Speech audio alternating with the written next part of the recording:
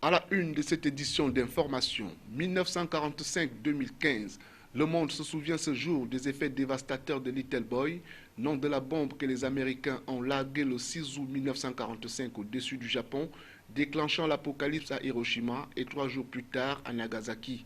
70 ans après, les cloches ont sonné au mémorial de la paix d'Hiroshima pour les cérémonies de commémoration. Et puis, dans la région de l'extrême nord, les sinistrés et autres victimes des inondations de 2012 sont toujours en attente de recasement. Ils le font savoir aux autorités administratives de la région afin qu'elles rappellent au gouvernement ses engagements vis-à-vis de ces personnes qui vivent dans la précarité. Voilà la vitrine du 20h sur CamNews 24. Mesdames, Messieurs, bonsoir et merci de nous accorder votre préférence.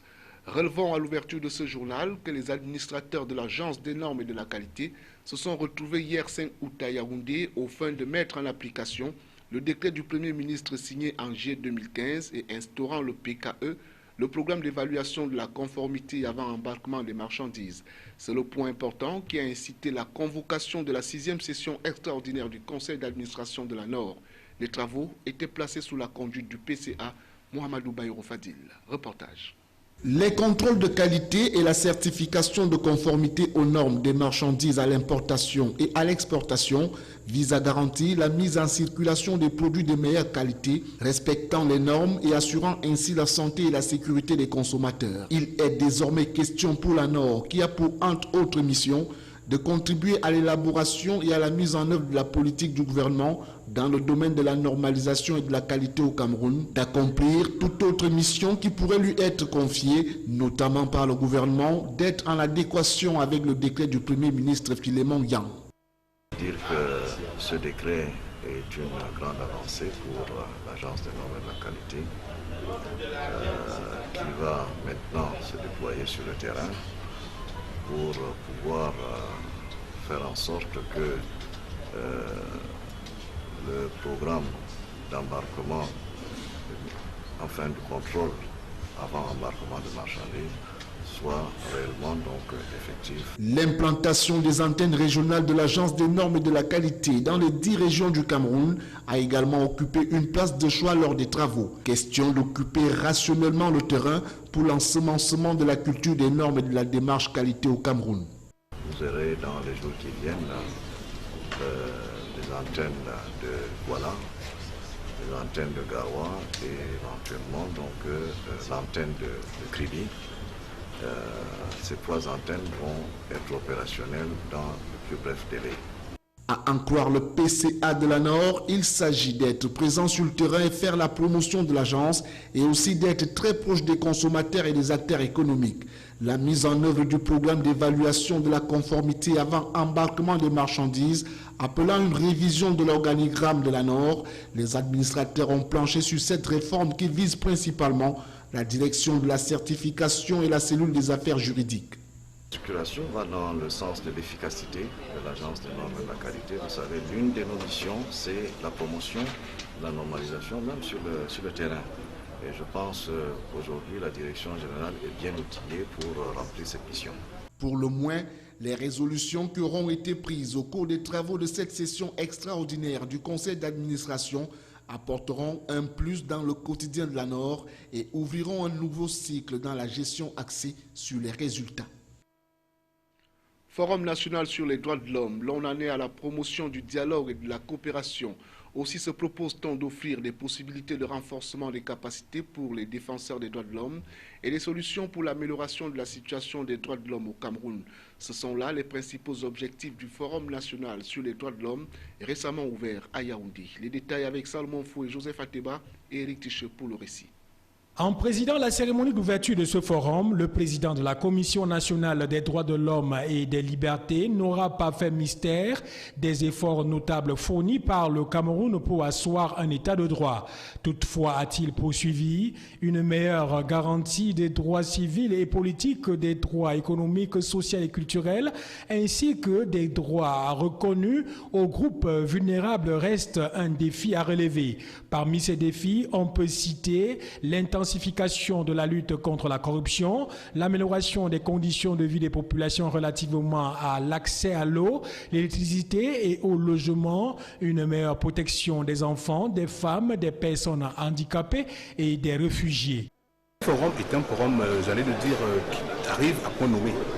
Au moment où nous parlons beaucoup, nous décrions beaucoup de violations des droits de l'homme.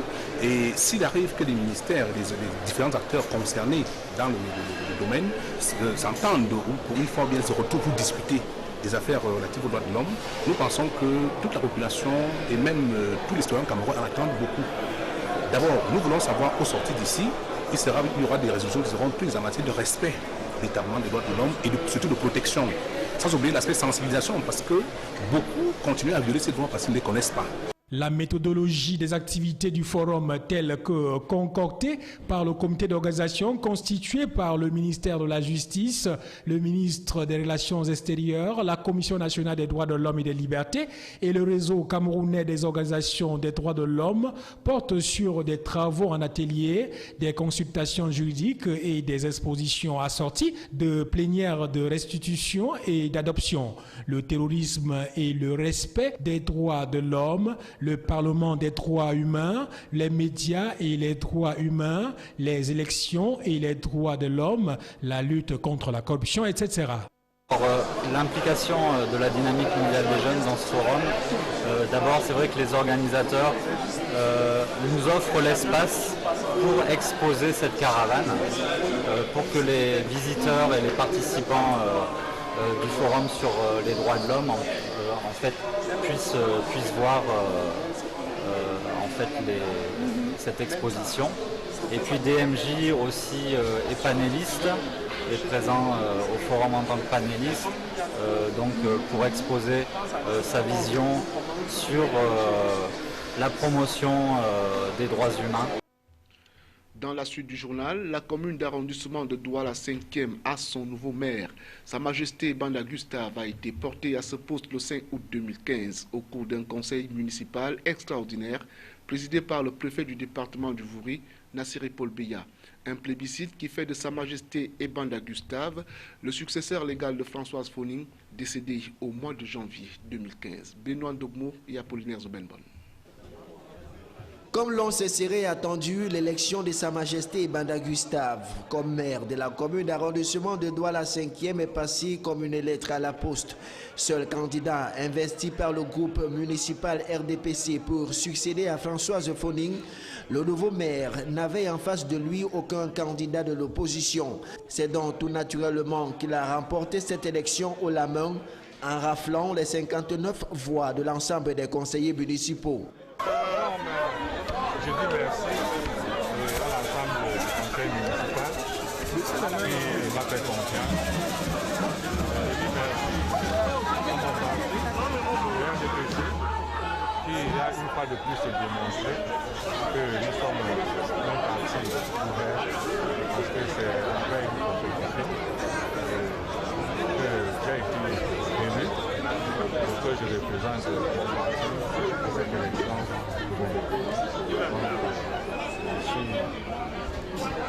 Je déborde de joie parce que ce n'était pas gagné d'avance. Et c'est comme ça que le parti doit évoluer pour compétir, pour mériter sa place. Depuis le décès de Françoise Foning le 23 janvier 2015 dernier, Sa Majesté Banda Gustave avait assuré jusqu'à ce jour d'élection l'intérim de ce poste resté vacant. Son élection ce 5 août 2015 met ainsi un terme à toutes les guerres tribales qui avaient déjà cours au sein de cette municipalité. Élection à la commune d'arrondissement de Douala 5e, on en parle encore, avec le Social Democratic Front désormais admis dans le cercle très restreint d'adjoints au maire de cette commune. Ngualem Carlos, investi par la hiérarchie du parti, a été porté au poste de 6e adjoint à l'issue d'un vote qu'il a opposé à Ndjega, candidat présenté par le groupe municipal SDF, conduit par son président Abel Elimbi Lobé. Le Social Democratic Front obtient ce siège grâce à la grande majorité des conseillers municipaux obtenus lors des dernières élections municipales après le Rassemblement démocratique du peuple camerounais. Benoît Ndogmo et Apollinaire Zobenbon une fois de plus. L'élection du candidat SDF au poste de 6e adjoint au maire n'a pas été un long fleuve tranquille. Monsieur Ndjega, qui semblait être le candidat légitime investi par le groupe municipal du Social Democratic Front, a été contraint à faire face à Ngoualem Carlos, candidat investi par la hiérarchie du parti. Après vote des 59 conseillers municipaux, Ngoualem Carlos l'emporte avec 39 voix contre 20 pour le candidat d'en face et des voix se font alors entendre. Voilà, chers amis, chers frères et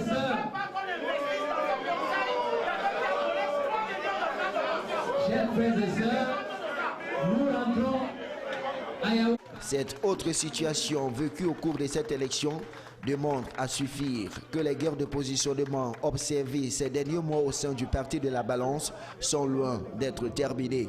Signalons par ailleurs que l'élection du premier adjoint au maire comme maire titulaire a entraîné des mouvements dans l'ordre des adjoints. Ainsi, l'honorable Som Benoît, qui était jusque-là deuxième adjoint au maire, devient le premier adjoint. Kiari Jacob part de la 3e place à la 2e. Jean-Baptiste Ninke, jadis 4e adjoint au maire, devient le 3e. Marie-Louise Obama quitte la 5e place pour la 4e. Tango Jean Bosco, qui était jusque-là 6e adjoint au maire, devient le 5e. Et la 6e place est occupée par Carlos Ngoualem du Social Democratic Front. Autre chose à présent, forces de défense, sécurité civile et organisation professionnelle des travailleurs, esquisse d'une collaboration réussie et en jeu de guerre et en temps de guerre. Voilà le thème qui était au centre d'un atelier organisé ce 6 août 2015 à Douala par la Confédération des travailleurs du Cameroun. Les travaux étaient dirigés par le président de la dite confédération en présence des responsables syndicaux des travailleurs, Éric Ticheux et Josué Ngongan. Partenaires du gouvernement et des employeurs dans la construction de la paix sociale et dans la production des richesses en temps de paix, les organisations professionnelles de travailleurs se mettent aux côtés de la communauté nationale menacée dans la protection des intérêts vitaux du Cameroun. Il était donc opportun de réfléchir et de sensibiliser les responsables syndicaux des travailleurs sur la question d'insécurité qui prévaut dans le pays et trouver des moyens pour accompagner les forces de défense engagées au front contre la nébuleuse Boko Haram. Aucun travailleur ne peut être heureux s'il n'y a pas de paix. Et nous avons souvent dit la paix sociale. Mais la paix sociale a plusieurs dimensions. Dans la paix sociale, il y a l'aspect économique, il y a l'aspect humain, il y a l'aspect politique. Et donc aujourd'hui, nous sommes bien dans notre rôle de dire que nous devons emboîter le pas au chef de l'État dans cette lutte contre Boko Haram, de manière à ce que nous qui sommes plus nombreux, parce qu'en fait, les travailleurs sont plus nombreux, et c'est les travailleurs qui composent les partis politiques. Donc il suffit tout simplement qu'ils prennent conscience de leur rôle, de leur place et de leur quantité et de la qualité de l'information qu'ils peuvent transmettre aux forces de l'ordre pour dire qu'ils sont interpellés et ils sont efficaces. Les participants à l'atelier se sont interrogés sur l'origine de ce phénomène Boko Haram qui, dans un contexte géopolitique sous-régional, pose un réel problème d'insécurité globale afin de proposer des recommandations. Et nous savons tous, autant que nous sommes des travailleurs, et que chaque fois que nous sommes dans une situation d'incertitude, la production s'arrête, tant pour nous-mêmes, nos familles, que pour l'entreprise et par ricochet la nation. Donc je pense que nous devons tous aujourd'hui être vigilants, changer nos stratégies, devenir moins négligents et plus vigilants en ce qui concerne tous les objets qui traînent et nos attitudes. Au terme de ces travaux, les responsables syndicaux de travailleurs du Cameroun seront capables de plus de vigilance dans la vie au quotidien et surtout renforcés dans leur rôle d'acteurs de paix. Activité des vacances dans les collectivités territoriales décentralisées. La commune d'arrondissement de Douala 1er ouvre ses portes à une nouvelle cuvée de jeunes vacanciers stagiaires. Issus des cantons d'Edo, Akwa et Bali, ils ont été accueillis ce 6 août 2015 par le maire Lengue Malapa. Tout en les félicitant d'être les privilégiés de cette nouvelle cuvée, il les a exhortés à ne point trahir la confiance placée en eux pour lutter efficacement contre l'insalubrité dans cet arrondissement. Benoît Dogmo et Zobenbon. Ils sont au total 550 jeunes à avoir été retenus pour cet autre rendez-vous des stages de vacances organisé par la commune d'arrondissement de Douala 1er. Réunis ce 6 août 2015 à l'esplanade de la mairie, les 550 stagiaires ont été éclairés sur ce qu'ils auront à faire comme travail pendant les 3 semaines que va durer le stage. Leur mission principale est de faire de Douala Premier un arrondissement propre. Nous profitons de ces stages de cette année pour essayer de lutter contre non seulement le désordre urbain, mais la lutte contre l'insalubrité, particulièrement les inondations, qui sont un mal endémique dans la ville de Douala. Ces jeunes vont nous aider donc en curant les caniveaux de la ville de Douala Premier pour que nous ayons un meilleur sort pendant cette saison de pluie. Mais également, nous luttons contre un phénomène des déchets plastiques.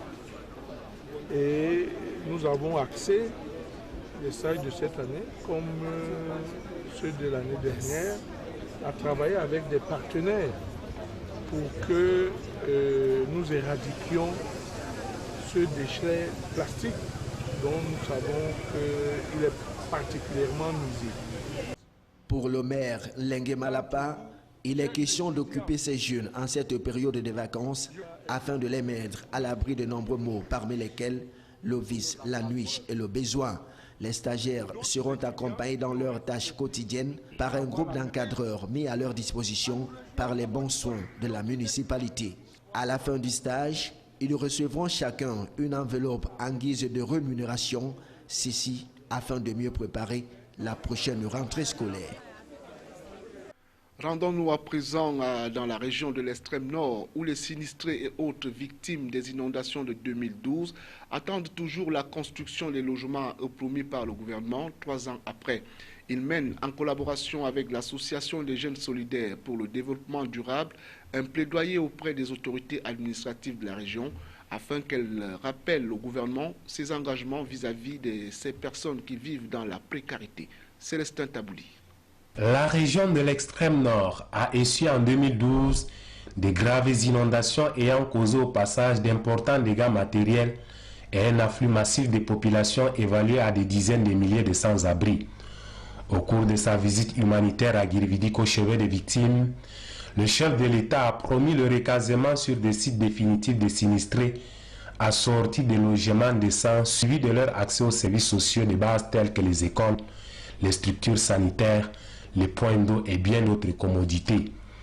3 ans après, les victimes de la colère des eaux de 2012 continuent d'attendre la concrétisation de cette promesse présidentielle.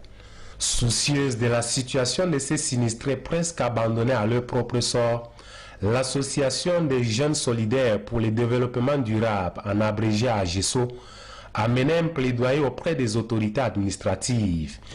L'action rentre dans le cadre du projet de plaidoyer pour le recasement décent des sinistrés d'inondation de la région de l'extrême nord et du contrôle citoyen de la gestion post-inondation des dons et subventions octroyés. Cette initiative vise à faire pression sur les autorités administratives afin qu'elles rappellent au gouvernement ses engagements vis-à-vis des sinistrés. Dans la région de l'extrême nord et plus particulièrement dans les départements du Mayo-Dana et de Logon et Chari. Ces inondations ont occasionné de nombreux dégâts sur le plan humain, sur le plan matériel et sur le plan également infrastructurel. Et également, ces inondations ont amené plus de milliers de personnes à être déguerpies des zones d'inondation. AGESO avait réalisé une étude pour davantage cerner le problème de ces inondations-là. Pour mieux cerner l'ampleur de la situation des victimes des inondations, l'association vient d'organiser à Koussiri un atelier de restitution des résultats de l'étude qu'elle a réalisée sur le terrain. Cette rencontre faisait suite à celle organisée le 13 août 2014 dans la ville de Yagoua. L'étude, consignée dans un rapport, présente de façon assez claire et précise le calvaire que vivent les sinistrés en dépit de nombreux dons multiformes à eux offerts par le gouvernement, les ONG et les autres organismes nationaux et internationaux. Nous vous le disions en titre, Little Boy, petit garçon, ainsi les Américains appelèrent la bombe qu'ils ont larguée le 6 août 1945 au-dessus du Japon, déclenchant l'apocalypse à Hiroshima et 3 jours plus tard à Nagasaki.